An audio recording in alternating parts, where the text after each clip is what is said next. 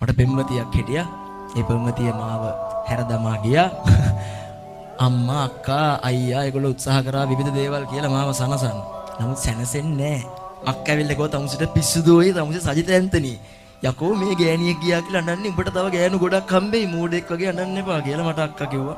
අම්මා ඇවිල්ලා ගෝ අනේ පුතේ බත් ටිකක් කන්න. හරි අඬන්න බත් කන්න අප්පා බත් කන්න නැතුව ඉන්න එපා කියලා මට බෑ මං කන්නේ නැහැ කියලා මං හරි දුකෙන් හරි මෝඩ විදියට හිටියා. කාමරේ ඉන්නකොට රෑ දොරට තට්ටු කරා මං කවුද? තිබුණා දොර අරපන් අප්පච්චි කිව්වා. අන්න පොඩ්ඩක් කර වුණා. අප්පච්චි ඇවිල්ලා මොකද උනේ? ඩූට් එකක් කෑවා. මං ගිහුවා අප්පච්චි.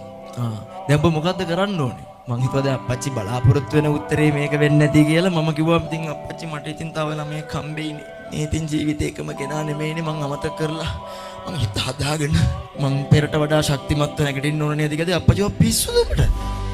අකෝ මෙච්චර ආදරය කරපු කෙල්ල දාලා ගියාට පස්සේ අඬන්න නැතුව ඉන්න පුළුවන්. මෝඩෙක් වෙන්න එපා බත් කන්න එපා. මේ කුමාරි මුට බත් දෙන්න එපා. මුට බඩගිනුනොත් කයි කොයි වෙලේ හරි.